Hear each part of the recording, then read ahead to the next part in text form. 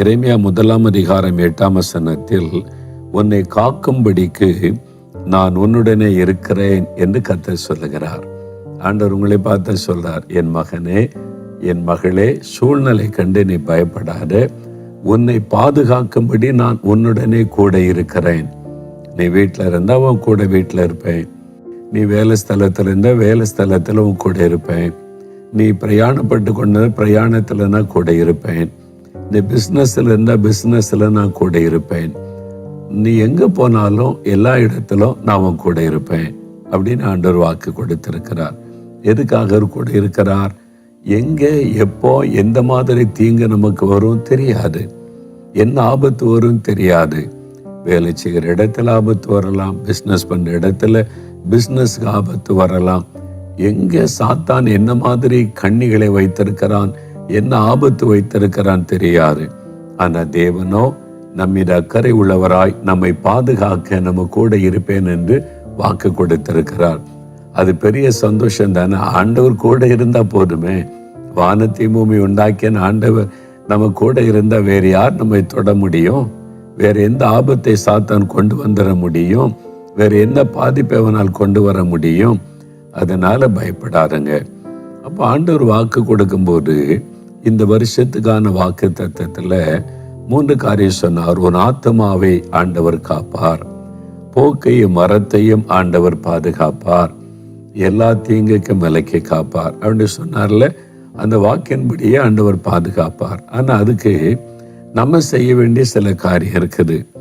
ஆண்டவர் செய்ய வேண்டியதை அவர் செய்வார், நாம் செய்ய வேண்டியதை நம்ம செய்யும் போதுதான் தேவனுடைய வாக்குத்தத்தை நம்முடைய வாழ்க்கையில நிறைவேறும். ஆண்டவர் தான் வாக்கு கொடுத்துட்டார, இனி அவர் பார்த்துக்குவார். நம்ம எப்படி இருக்கலான்னு இருந்தா அந்த பாதுகாப்பை நம்ம இழந்து விட நேரிடும். அதனால ஆண்டவருடைய பாதுகாப்பை நம்முடைய வாழ்க்கையிலே உண்டாகி அவருடைய ஆசீர்வாதம் நம்முடைய வாழ்க்கையிலே காணப்படுவதற்கு நாம் என்ன செய்ய வேண்டும் என்பதையும் அறிந்து கொள்ள வேண்டியது அவசியம். அப்படியா, நான் ஏதாவது செய்யணுமா? செய்யணும். ஆண்டவர் நம்ம கூட இருக்கணுமானா, நீங்கள் கர்த்தரோடு இருந்தால் கர்த்தர் உங்களோடு இருப்பார், நீங்கள் அவரை விட்டு விட்டால் அவர் உங்களை விட்டு விடுவார்னு எழுதியிருக்குல்ல பைபிள்ல. அப்போ நீங்க வாக்கு கொடுத்துட்டாரு, அதனால அவர் பார்த்துக்குவாரு, நமக்கு என்னன்னு இருக்க முடியாது. அந்த வாக்குத்தத்தை நிறைவேறவும் தேவன் வாக்கு கொடுத்தபடி நம்மோடு இருந்து ஆசீர்வதிக்கவும் நாம் செய்ய வேண்டிய சில காரியம் இருக்குது. இந்த 3 காரியம்தான். முதலாவது நம்முடைய ஆத்மா, அதுதான் பாதுகாக்கப்பட வேண்டிய மிக முக்கியமான காரியம். நம்முடைய ஆத்மா கரைப்பட்டு பாவத்துக்குள்ளாகி நம்ம தேவனை விட்டு பிரிந்து விட்டால் நரகத்தின் அக்னிக்குள்ளே நம்ம ஆத்மா பிரவேசித்து விடும், நம்முடைய வாழ்க்கையை அழிந்த மாதிரி ஆகிவிடும். ஆகவே தான் நம்முடைய ஆத்மா ரட்சிப்பை குறித்து எவ்வளவு கவனம் செலுத்தினோமோ அது பாதுகாக்கப்படவும் கவனம் செலுத்த வேண்டும். அப்படியா, நம்ம அதுக்கு என்ன செய்யணும்? வேத புஸ்தகத்துல 2 தீமோத்தேயு 1:14 பாருங்க. உன்னிடத்தில் ஒப்புவிக்கப்பட்ட அந்த நற்பொருளை நமக்குள்ளே வாசம் பண்ணுகிற பரிசுத்த ஆவியினாலே காத்துக்கொள். முந்தின 12 நான் விசுவாசிக்கிறவர் இன்னார் என்று அறிவேன், நான் அவர் கையில் ஒப்பு கொடுத்ததை அந்நாள் வரைக்கும், வருகை வரைக்கும் அல்லது மரணம் வரைக்கும் அவர் காத்துக்கொள்ள வல்லவராயிருக்கிறார் என்று நிச்சயித்திருக்கிறேன். ஆண்டவர் நம்முடைய கரத்துல நம்முடைய ஆத்மாவை ஒப்பு கொடுத்துட்டோம், நம்முடைய வாழ்க்கையை ஒப்பு கொடுத்துட்டோம். அவர் காத்துக்கொள்ள வல்லவர், அது விசுவாசிக்கிறோம். அதே சமயத்துல நமக்குள்ளே வாசம் பண்ணுகிற பரிசுத்த ஆவியினாலே நம்மை காத்து கொள்ள வேண்டும் என்று வேதம் சொல்லுகிறாரு. அப்போ இந்த காத்து கொள்வதில் தேவனுக்கு ஒரு பங்கு இருக்கிறது, நமக்கு ஒரு பங்கு இருக்கிறாரு. அவர் வாக்கு கொடுத்தபடி நம்மை பாதுகாக்க எப்பவும் ஆயத்தமா இருக்கிறார். ஆனால் நாம் செய்ய வேண்டியதை கரெக்டா செய்யணும். பரிசுத்த ஆவியினாலே நம்மை, நம் ஆத்மாவை காத்து கொள்ள வேண்டியது அவசியம். அதற்கு என்ன செய்யணும்? அனுதினமும் நம்ம செய்ய வேண்டிய 2 காரியம். 1, வேத வசனத்தை தவறாமல் அதிகாலையில எழும்பி அவருடைய வசனத்தை தியானிக்க வேண்டும். இந்த வசனம் நம்மை வேலி அடைத்து பாதுகாப்பதற்கு தேவனுடைய வல்லமை நிறைந்ததாக இருக்கிறது. நம்முடைய ஆத்மாவை பாதுகாக்க வல்லமை உள்ளது வசனம். நான் பாவம் செய்யாதபடி உம்முடைய வசனத்தை, உம்முடைய வார்த்தையை என் இருதயத்தில் வைத்து வைத்தேன் என்று ஒரு பக்தன் சொல்லுகிறார். நம்முடைய வழி விலகி போகாதபடி வேத வசனம் நம்மை பாதுகாத்து நடத்தும். அது மாத்திரல்ல, நம்ம பரிசுத்தப்படுத்துகிற வல்லமை வேத வசனத்திற்கு உண்டு. யோவான் 17:17 இயேசு ஜெபிக்கும் பொழுதே சொல்கிறார், பிதாவே, உம்முடைய சத்தியத்தினாலே என் ஊழியர்களை பரிசுத்தப்படுத்தும், உம்முடைய வசனமே சத்தியம். அந்த வசனத்தை வைத்து பரிசுத்தப்படுத்தும் என்று ஆண்டவர் சொல்கிறார். அப்ப அந்த வசனத்தை தியானிக்க நமக்குள்ளே பரிசுத்தம் உண்டாகும். நம்முடைய ஆத்மா பரிசுத்தமாகி கொண்டே இருக்கும். தேவனுடைய பாதுகாப்பும் நம்முடைய ஆத்மாவின் மீது இருக்கும். அது நம்ம முக்கியம். இரண்டாவது, நம்முடைய ஜெபம். ஆண்டவரோடு நம்ம பேசுகிறது, ஐக்கியப்படுவது ஜெபத்தின் வழியாக. ஆகவே பரிசுத்தாவிக்குள்ளே நிறைந்து ஜெபிக்க வேண்டும். அதிகாலை எழும்பி முதல் 1 மணி நேரத்தையாவது ஆண்டவருக்கு கொடுங்க. சிலர் முதல் 2 மணி நேரம் 3 மணி நேரத்தை கொடுக்கிற மக்கள் பெருகி கொண்டே இருக்கிறாங்க. அட்லீஸ்ட் அதிகாலையில எழும்பி முதல் 1 மணி நேரத்தை ஆண்டவருக்கு கொடுங்க. வேதத்தை தியானிக்க, ஜெபிக்க. நம்ம செய்ய வேண்டியதை நம்ம செய்தா தேவன் வாக்கு கொடுத்தபடி நம்மை பாதுகாப்பார். சோம்பேறிகளுக்கு அவர் உதவி செய்வாரா? செய்ய மாட்டார். 8 மணி வரைக்கும் தூங்கிட்டு அப்படியே எழும்பி பல்ல விளக்கிட்டு தூங்கு மூஞ்சோட முகம் கழுவிட்டு ஆபீஸ்க்கு போறேன், வேலைக்கு போறேன், ஊழியத்துக்கு போறேன்னா தேவன் கூட இருக்க மாட்டார். வாக்குத்தத்தம் பலிக்காது. அதிகாலை எழும்பி அவரை தேடணும், அவருடைய வசனத்தை தியானிக்கணும், ஜெபிக்கணும், பரிசுத்தாவிகளை ஜெபிக்கணும். அப்போ தேவனுடைய பாதுகாப்பு நம்முடைய ஆத்மாவின் மீது இருக்கும். சாத்தான் நம்முடைய ஆத்மாவை கரைப்படுத்த ஆண்டவர் விடமாட்டார், தீட்டுப்படுத்த விடமாட்டார். நம்மை பாதுகாத்து நடத்துவார். இதை கரெக்டா செய்யணும். ரெண்டாவது, நம்ம எங்க பாதுகாக்கப்படணும்? நம்முடைய போக்கில மரத்திலும். இல்லை அப்படித்தானே தியானிச்சோம்? போக்கில மரத்திலும் இது முதற்கொண்டு கர்த்தர் என்றைக்கும் காப்பார். நம்ம எல்லாருமே டிராவல் பண்றோம்ல. பிள்ளைகள் ஸ்கூலுக்கு பிரயாணப்பட்டு போறாங்க, காலேஜுக்கு பிரயாணப்பட்டு போறாங்க. பாதுகாப்பா வந்து சேரணுமே அப்படின்னு நம்ம ஜெபம் பண்ணி தானே அனுப்புகிறோம். அதே மாதிரி நம்ம வேலைக்கு போகிறோம், பிஸ்னஸுக்கு போகிறோம், ஊழியத்துக்காக வெளியே போகிறோம். எல்லாவற்றிலும் பாதுகாப்பு நமக்கு அவசியம். போக்கிலும் மரத்திலும். இதுல நம்ம விசுவாசிக்க வேண்டிய ஒரு காரியம் இருக்கிறது. என்ன விசுவாசிக்கணும்? தேவதூதர்களை எனக்கு பாதுகாப்பாக கர்த்தர் நியமித்திருக்கிறார் என்பதை நம்ம விசுவாசிக்கணும். ஆண்டவர் கட்டளை கொடுக்கிறார் என்பதை விசுவாசிக்கணும். 91 சங்கீதம் 11 என்ன சொல்லப்பட்டு இருக்கிறது? உன் வழிகளில் எல்லாம் உன்னை காக்கும்படிக்கு கர்த்தர் தம்முடைய தூதர்களுக்கு கட்டளையிடுவார். பார்த்தீங்களா? அப்போ ஒரு தேவனுடைய பிள்ளை, ரட்சிக்கப்பட்ட ஆண்டவருடைய பிள்ளை வெளியில புறப்படும் போது ஜெபம் பண்ணிட்டு போகணும். கார்ல ஏறி உட்கார்ந்தா ஜெபிக்கணும், பைக்கில் ஏறி உட்கார்ந்தா ஜெபிக்கணும், ட்ரெயின்ல உட்கார்ந்தா ஜெபிக்கணும், விமானத்தில் உட்கார்ந்த உடனே ஜெபிக்கணும், பஸ்ஸில் உட்கார்ந்த உடனே ஜெபிக்கணும். என்ன ஜெபிக்கணும்? விசுவாசத்தை அறிக்கையிடணும். ஆண்டவரே, இந்த பிரயாணத்துல நீங்க என்னை பாதுகாக்க உங்களுடைய தூதர்களுக்கு கட்டளை கொடுத்துட்டீங்க. உங்க தூதர்கள் இப்ப என் பக்கத்துல எனக்கு பாதுகாப்பா இருக்கிறாங்க, அதற்காய் ஸ்தோத்திரம். உங்க விசுவாசத்தை அறிக்கையிடணும். அது தேவனை மகிழ்ச்சியாக்கும். விசுவாசம். நான் அப்படிதான் கார்ல ஏறி உட்கார்ந்தாலும் அல்லது ட்ரெயின்லயோ பஸ்லயோ விமானத்துல உட்கார்ந்த உடனே முதலாவது ஆண்டவரை துதித்து ஜெபம் செய்வேன். பெரும்பாலும் என்னுடைய பேக்குக்குள்ள புதிய ஏற்பாடு வச்சிருப்பேன். ஏறி உட்கார்ந்த உடனே சில வசனங்களை வாசித்து வேறு வசனத்தினால என் உள்ளத்தை நிரப்பி ஒரு ஜெபம் செய்வேன். நீங்க என் கூட இருக்கிறீங்க, உங்களுடைய தூதர்களுக்கு கட்டளையிட்டு இருக்கிறீங்க, என்னை பாதுகாக்க நீர் அக்கறை உள்ள தேவன், எந்த ஆபத்தும் என்னை அணுகாதபடி பாதுகாக்கிறீங்க, நீர் போக்கில மரத்தில உன்னை பாதுகாப்பேன்னு வாக்கு கொடுத்திருக்கிறீங்க, நான் அதை விசுவாசிக்கிறேன். அப்படி விசுவாசத்தை அறிக்கையிட்டு ஜெபிப்பாரு. நீங்க வெளியே புறப்படும் போதும் அந்த விசுவாசம் உள்ள ஜெபம் தேவை. தேவன் தம்முடைய தூதர்களை எனக்காக நியமித்திருக்கிறார், அதை விசுவாசிக்கணும்.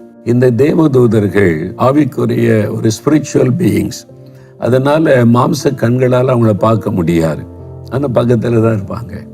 ரட்சிக்கப்படுகிற ஒவ்வொருவருக்கும் பணிவிடை ஆவிகள் கொடுக்கப்படுகிறது என்று வேதத்தில் இருக்குது. நீங்க எப்போ இயேசுவை ஏற்றுக்கொண்டு ரட்சிக்கப்பட்டீங்களோ, பரலோகத்தின் தேவன் நம்மை பாதுகாக்க தூதனை கட்டளையிடுகிறார். சிலர் சொல்றாங்க, ஒவ்வொரு விசுவாசிக்கும் 2 தேவ தூதர்கள் இருப்பாங்க. ஒன்று பாதுகாப்பின் தூதன், இன்னொன்று தேவனிடத்திலிருந்து செய்தியை கொண்டு வருகிறவன், ஜெபத்தை கொண்டு போகிறவன் என்று சொல்றாங்க. நம்ம விசுவாசிக்கணும். விதண்டாவா அதெல்லாம் பேசி கொண்டிருந்தால் பிரயோஜனம் இல்லை. நம்ம வசனத்தை விசுவாசிக்கணும். எனக்கு பணிவிடை செய்ய தேவதூதனை கர்த்தர் நியமித்திருக்கிறார், என்னை பாதுகாக்க நியமித்திருக்கிறார். நான் எங்க போனாலும் தேவதூதனுடைய பாதுகாப்பு எனக்கு இருக்கிறது.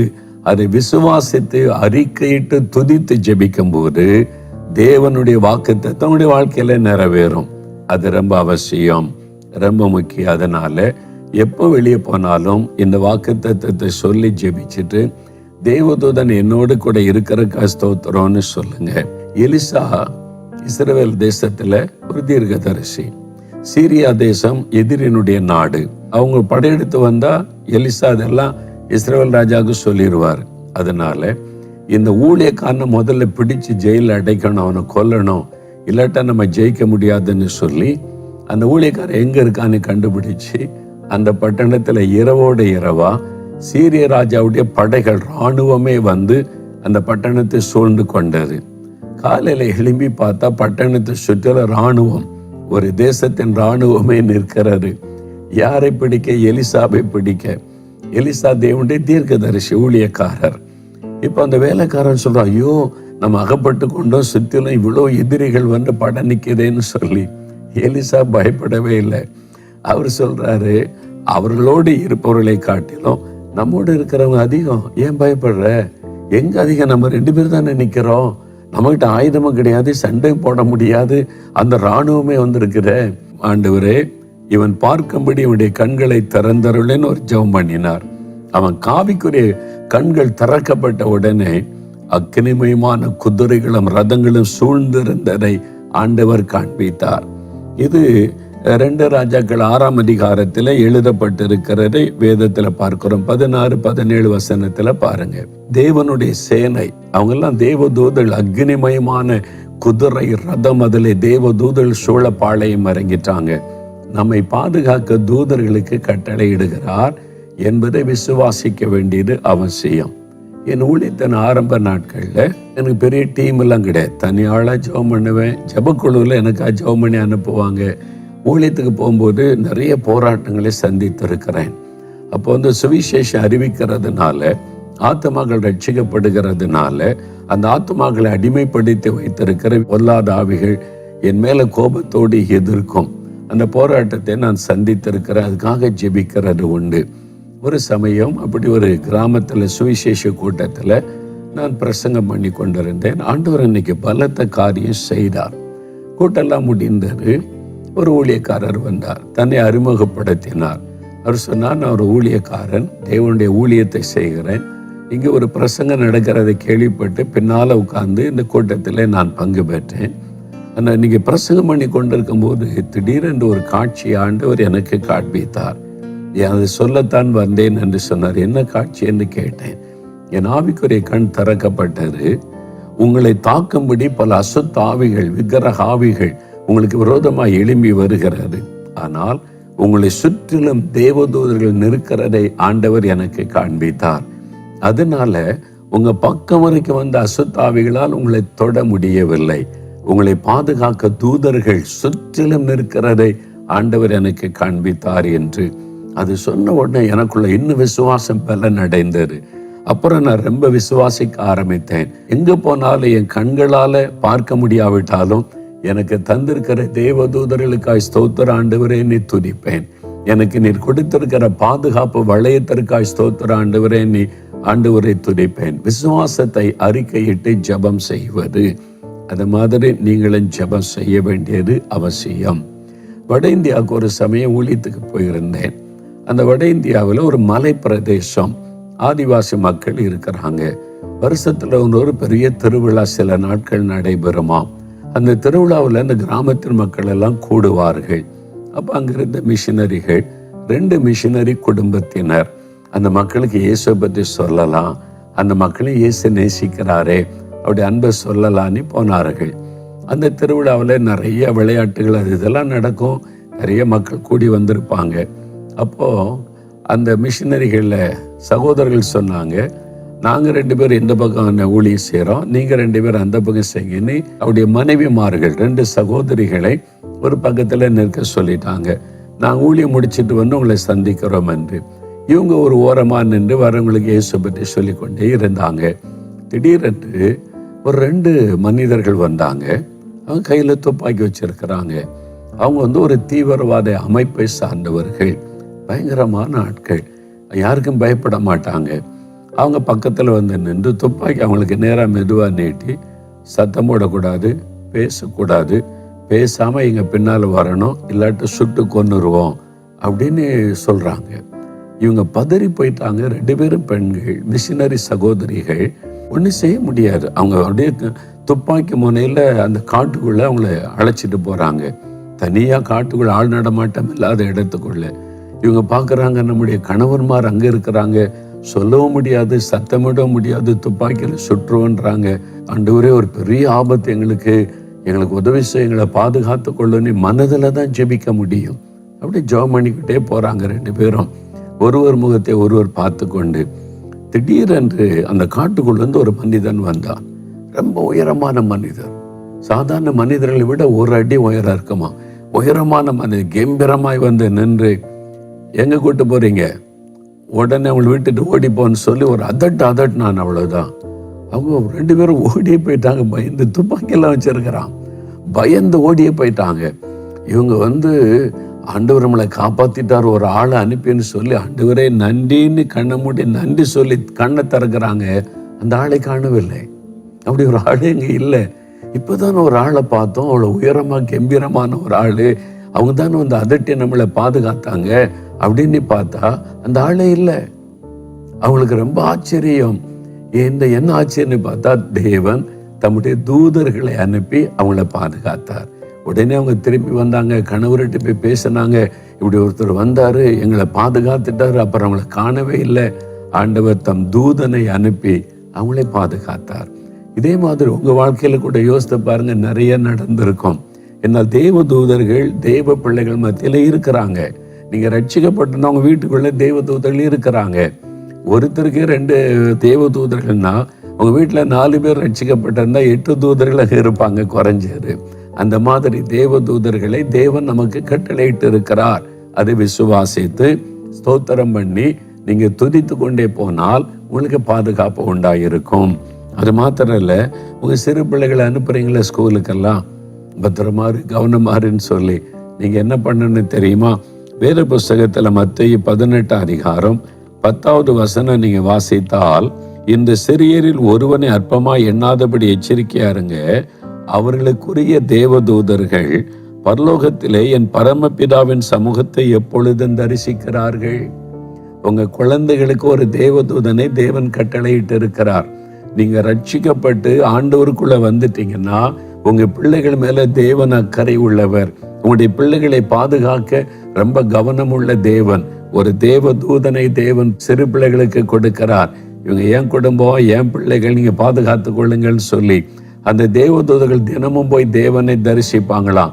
நாங்க பாதுகாத்து கொண்டோம் என்பதாக சொல்லி, இந்த அளவிற்கு நம்மை பாதுகாக்கிறதுல அக்கறை உள்ள ஒரு தேவன் நமக்கு இருக்கும்போது ஏன் பயப்படுறீங்க? இந்த பயம்தான் சாத்தான் உள்ளே நுழைவதற்கு வழியை திறந்து விடுகிறது. இந்த பயத்தினாலதான் அங்க அவிசுவாசம் கிரியை செய்து தேவனுடைய பாதுகாப்பை நம்ம இழக்க செய்து விடுகிறது. விசுவாசத்தோடு துதிச்சிங்கன்னா தேவனுடைய பாதுகாப்பு இருக்கும். அதனால தேவதூதர்களுக்காக ஆண்டவரை ஸ்தோத்திரம் பண்ணுங்க. தேவதூதனை துதிக்கவும் கூடாது, தேவதூதனை வணங்கவும் கூடாது. தேவதூதர்கள் நம்மை பாதுகாக்க தேவன் வைத்திருக்கிற பணிவிடையின் ஆவிகள். அதனால நம்ம தான் அவருடைய பிள்ளைகள், நம்மளை பாதுகாக்க அவங்கள வச்சிருக்கிறார். அதனால அவங்கள வணங்க கூடாது, அவங்களுக்கு ஸ்தோத்திரம் சொல்லக்கூடாது. ஸ்தோத்திரம் ஆண்டவருக்கு. இந்த தேவதூதனை எனக்கு தந்த கர்த்தருக்கு ஸ்தோத்திரம். என் குழந்தைக்காக ஒரு தேவதூதனை பாதுகாப்பாய் தந்த தேவனுக்கு ஸ்தோத்திரம். நீங்க சொல்லி பாருங்க, உங்க வீட்டுல வித்தியாசத்தை நீங்க பார்ப்பீங்க. உங்க குழந்தைகளுக்கு சொல்லுங்க, தேவதூதனும் கூடவே வருகிறான். வசனத்துல ஏசப்பா சொல்லி இருக்கிறாங்க, ஏசப்பா எனக்கு நீங்க தந்திருக்கிற தேவதூதனுக்கா ஸ்தோத்திரம் நீ துதிச்சுக்கிட்டே போனி.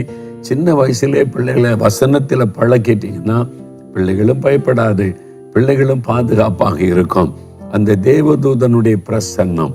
அப்ப நீங்க சொல்லிக் கொடுங்க, தப்பு பண்ணா, நீ கோவப்பட்டா, நீ திருடனா, பொய் சொன்னா, தேவதூதன் போய் பரலோகத்துல ஆண்டு விட்டு சொல்லுவான், இந்த சின்ன பையன், இந்த சின்ன மகள் இப்படிலாம் தப்பு பண்றா, பெற்றோரை எதிர்த்து பேசுறா, சண்டை போடுறா, அவனுக்கு பாதுகாப்பா என்ன அனுப்பி இருக்கிறீங்களேன்னு கம்ப்ளைண்ட் பண்ணிடுவான், இல்லை சொல்லிடுவான்ல.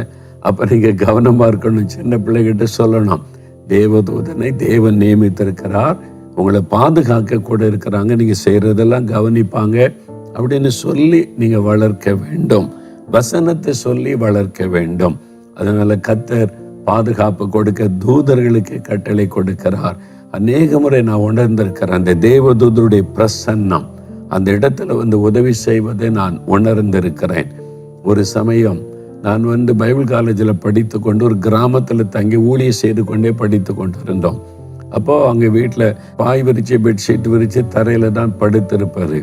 ஒரு நாள் ஜெபெல்லாம் முடிச்சுட்டு படுத்து நல்லா தூங்கி கொண்டிருக்கும்போது திடீரென்று காலை ஒருத்தர் தட்டுறாங்க. அப்படியே தட்டி எழுப்பின உடனே டக்குன்னு எழுந்துட்டு யாரும் தட்டி எழுப்பினாங்களேன்னு நான் ஃபேன் லைட் சுவிட்சை போடுறேன். நான் பார்த்து அந்த செவிட்டு ஓரத்தில் படுத்திருந்தேன்னா மேலிருந்து ஒரு கருந்தேள், பெரிய கருந்தேள் அப்படியே இறங்கி வந்து கொண்டு இருக்கிறாரு. இன்னும் கொஞ்ச நேரத்தில் அது என் படுக்கையில தான் வரப்போகிறது. எனக்கு இப்படி ஒரு ஆபத்து வரும் என்று எனக்கு தெரியாது.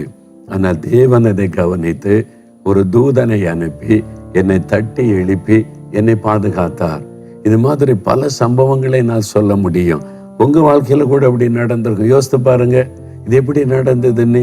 உங்களுக்கென்று தேவன் நியமித்திருக்கிற தேவதூதனால் நீங்க அதை விசுவாசித்து ஆண்டவரை துதிக்க ஆரம்பிச்சாலே ஒரு பாதுகாப்பு உங்களுக்கு உண்டாயிருப்பதை உணர்வீங்க.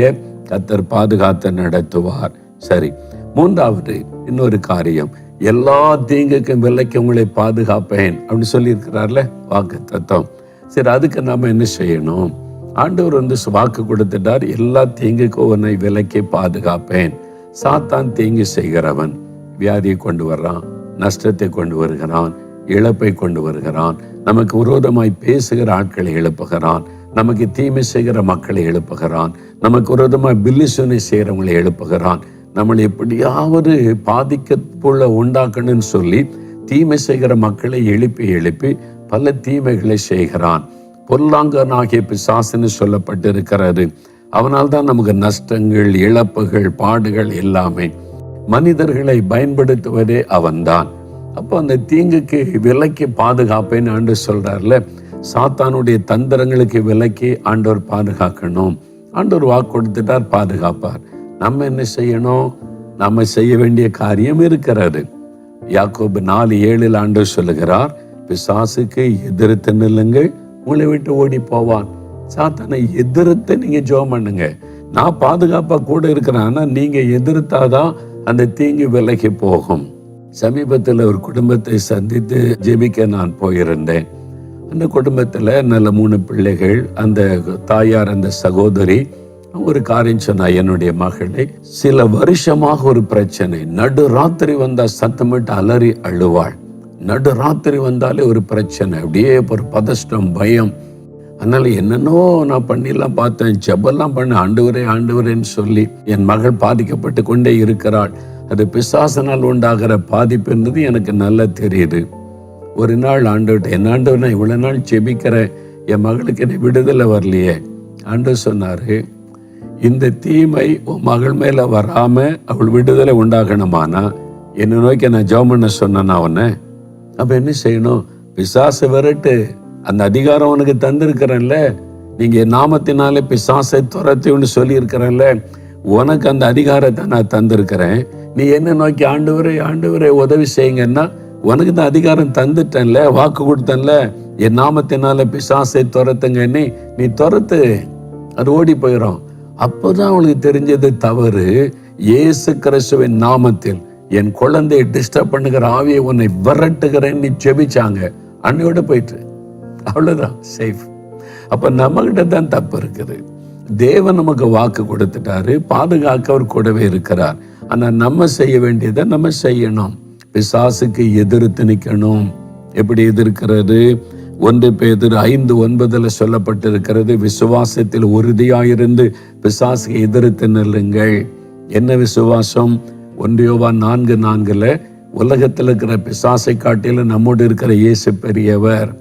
லூக்கா 10:19 இயேசு சொல்லுகிறார், இதோ சர்ப்பங்களையும் தேள்களையும் மிதிக்கவும் சத்தருடைய சகல வல்லமைகளை மேற்கொள்ள உங்களுக்கு அதிகாரம் கொடுக்கிறேன். ஒன்று உங்களை சேதப்படுத்த மாட்டேன். சாத்தான் உங்களை சேதப்படுத்த முடியாது. போராடுவான், எதிர்ப்பான், உபத்திரவத்தை கொண்டு வருவான், உங்களை சேதப்படுத்த முடியாது. அவனை எதிர்த்து நில்லுங்க, விரட்டுங்க, துரத்துங்க. அதுக்கு இயேசுவின் நாமத்தை பயன்படுத்துங்க, இயேசுவின் ரத்தத்தை பயன்படுத்துங்க. விசுவாசத்தில் உறுதியா இருந்து கடிந்து கொள்ளுங்க. உங்க வியாபாரத்துல, ஊழியத்துல, பிள்ளைகள் வாழ்க்கையில, உங்களுடைய சரீரத்துல எந்த தீமையும் கொண்டு வராதபடி சாத்தான் விலகி போகும்படி உங்ககிட்ட அதிகாரம் கொடுக்கப்பட்டிருக்கிறது. நீங்க தான் தைரியமா அதை பயன்படுத்தும் போது உங்களுக்கு விடுதலை உண்டாகும். சில சமயத்துல நான் அதட்ட போக மாட்டேங்குதே அப்படின்னு சொன்னீங்கன்னா, சில வகை பிசாசு உபவாசத்தினாலும் ஜபத்தினாலும் வேண்டி வேறு ஒன்றினாலும் போகாது. எனக்கு தெரிந்த ஒரு குடும்பம் நல்ல ஆண்டவருக்குள்ள ஜெபிக்கிறாங்க. சகோதரர் 2-3 சகோதரர்கள் இணைந்து பிஸ்னஸ் எல்லாம் பண்றாங்க. நல்ல ஆசீர்வாதம். ஆண்டவர் இயேசுங்களை ஆசீர்வதித்திருக்கிறார் சொல்லி மகிழ்ச்சியா இருந்தாங்க. திடீரென்று வியாபாரத்தில் நஷ்டம், வாகனங்கள் விபத்துக்குள்ளாகிய வீண் செலவுகள், குடும்பத்தில் வியாதிகள், போராட்டங்கள், பலவித உபத்திரவம். பிள்ளைகளுக்கு வியாதி, குடும்பத்தில் பல பிரச்சனை, பண கஷ்டம், நஷ்டங்கள், இழப்புகள், பல போராட்டங்கள். அப்பதான் இது என்னது இவ்வளவு கஷ்டப்படுகிறோம் என்ன போது ஒரு ஊழியக்காரர் ஜெபிக்க வந்தார். அவர் ஜெபிக்கும் போது ஆண்டவர் சில காரியம் வெளிப்படுத்தி, இது உங்களுக்கு விரோதமாய் மந்திரவாதம் செய்யப்படுகிறது, பில்லிசூனியம், அந்த பாதிப்பு தான் உங்களுக்கு தீமைகள் என்று சொல்லி, உடனே யாரு வச்சா, எங்க வச்சா, எடுக்கணும், அதெல்லாம் யோசிக்காதங்க. நீங்க இந்த சாத்தானை ஜெயிக்கணும், அதான் முக்கியம். யார் மந்திரவாதம் பண்றா, எங்க வச்சாங்க, தகடு எடுக்கணுமா, இதெல்லாம் வேதத்தில் இல்லாத, இதெல்லாம் அவசியம் இல்லை. நம்ம பிசாசை ஜெயிக்கணும், நம்ம அவனை மேற்கொள்ளணும், இந்த தீமை நம்ம விட்டு விலகணும், குடும்பத்தை விட்டு, அவ்வளவுதான். அதுக்கு என்ன பண்ண, உபவாசம் பண்ணி ஜெபிங்க. குடும்பமா உபவாசம் பண்ணி ஜெபிங்கன்னு நல்ல ஆலோசனையை அந்த ஊழியக்காரர் சொன்னார். இவங்க வாரத்துல ஒரு நாள் குடும்பமா உபவாசம் பண்ணி, கணவன், மனைவி, பிள்ளைகள் எல்லாரும் உட்கார்ந்து நல்ல பாட்டு பாடி ஸ்தோத்திரம் பண்ணி, எங்க குடும்பத்துக்கு விரோதமாக எழும்பி இருக்கிற மந்திரவாத வல்லமை இயேசுவின் நாமத்தில் அழியட்டும், பில்லிசூனிய வல்லமைகள் அழியட்டும், எங்களுக்கு தீமை செய்கிற ஆவிகளை துரத்துகிறோன்னு சொல்லி ஜெபிக்க ஆரம்பிச்சாங்க. உபவாசம் பண்ணி ஜெபிக்க ஜெபிக்க ஜெபிக்க சத்துருடைய கிரியை அழிந்தது. மறுபடியும் பிசினஸ் ஆசீர்வதிக்கப்பட்டது. இழந்ததெல்லாம் திரும்ப பெற்றுக்கொண்டாங்க. வியாதி எல்லாம் விலகி போனது. தேவன் ஒரு ஆசீர்வாதத்தை கொடுத்து காத்து கொண்டார். அதே மாதிரி உங்க வாழ்க்கையில போராட்டம் வந்தா யார் ஜெபம் பண்ணுவாங்கன்னு ஊழியக்காரனை தேடாதங்க. உங்க ஜெபத்துக்கு பதில் கொடுக்க இயேசு கூட இருக்கிறாரு. நான் உன்னை பாதுகாக்க கூட இருக்கிறேன்னு வாக்கு கொடுத்திருக்கிறார்ல, அவரை பாருங்க. உபவாசம் பண்ணி ஜெபம் பண்ணுங்க. வாரத்துல ஒரு நாள் குடும்பமா உபவாசம் பண்ணுங்க. என்ன தீங்கு, வியாதி, பிரச்சனை, போராட்டம், பயம், நஷ்டம், இழப்பு, தடைகள், நீங்க பண்ற ஜெபத்துல எல்லாம் உடைந்து போகும். ஆண்டவர் அற்புதம் செய்து விடுவார். எப்ப ஜெபிக்கிறீங்களா, ஆண்டவருடைய வாக்குத்தத்தத்தை சொந்தமாக்கி கொள்றீங்களா, ஆண்டவரே நீர் எங்க கூட இருக்கிறீர், என்னையும் என் குடும்பத்தையும் எங்களுக்கு உண்டான எல்லாத்தையும் பாதுகாக்கிற தேவன், என் ஆத்மாவை பாதுகாக்க நான் தின வேத வாசிப்பேன், தினம் ஜெபம் பண்ணுவேன், காத்திருந்து ஜெபிப்பேன். ஆண்டவரே என்னை பாதுகாக்க தூதர்களை தந்திருக்கிறீர், ஸ்தோத்திரம். எங்களுக்கு விரோதமா என்ன தீங்கை பிசாசு கொண்டு வந்தாலும் இயேசுவின் நாமத்தில் அந்த கிரியைகள் அழிக்கப்படட்டும், நாங்கள் ஜெயிப்போம். அப்படி சொல்லி பாருங்க, மாற்றத்தை காண்பீங்க. நீங்க ஜெபிக்கும் போதே வியாதி போயிடும். நீங்க ஜெபிக்கும் பொழுதே மந்திரவாத கிரியைகள் அழியும். நீங்க ஜெபிக்கும் போதே தடைகள் விலகும். நீங்கள் ஜெபிக்கும் போதே அற்புத அடையாளங்கள் இந்த மாதத்துல நடக்கும். நீங்க அற்புதத்தை காண போறீங்க. விசுவாசத்தோடு ஜெபிக்கிறீங்களா? அப்படியே கரமுயத்தை ஜெபம் பண்ணுங்க. ஆண்டவரே நீர் கொடுத்த வாக்கு தத்தத்திற்காய் ஸ்தோத்திரம். என்னோடு எங்களோடு நீர் பேசினதற்காய் ஸ்தோத்திரம். உன்னை காக்கும்படி நான் உன்னோடு இருக்கிறேன் என்ற தேவன், என்னோடு எங்களோடு நீர் கூட இருக்கிற அன்பிற்காக ஸ்தோத்திரம்.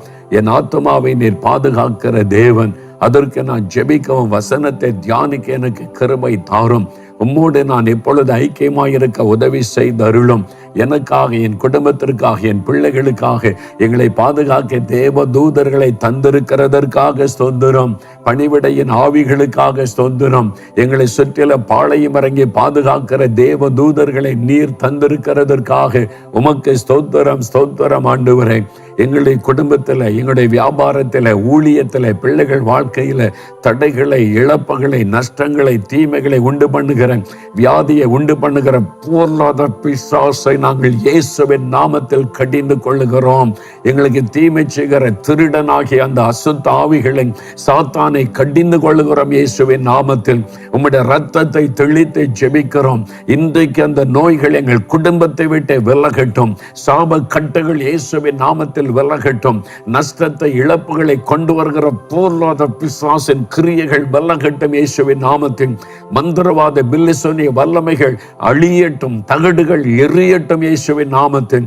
இஸ்ரவேலுக்கு விரோதமான மந்திரவாதம் இல்லை. நாங்கள் இதை விசுவாசிக்கிறோம். இனிமேல் எந்த சேதமும், இழப்புகளும், நஷ்டங்களும், வியாதிகளும் வராது. நீர் எங்களை பாதுகாக்கிற தேவன் என்பதை விசுவாசிக்கிறோம். இந்த நாளிலே தடைகள் விலகி காரியம் வாய்க்கிறதற்காய் ஸ்தோத்திரம். தீமைகள் எல்லாம் விலகி போகிறதற்காய் ஸ்தோத்திரம். நன்மைகளை கட்டளை இடுகிறதற்காய் ஸ்தோத்திரம், ஸ்தோத்திரம், ஸ்தோத்திரம். இயேசு கிறிஸ்துவின் நாமத்தில் ஜெபிக்கிறோம் பிதாவே. ஆமென், ஆமென்.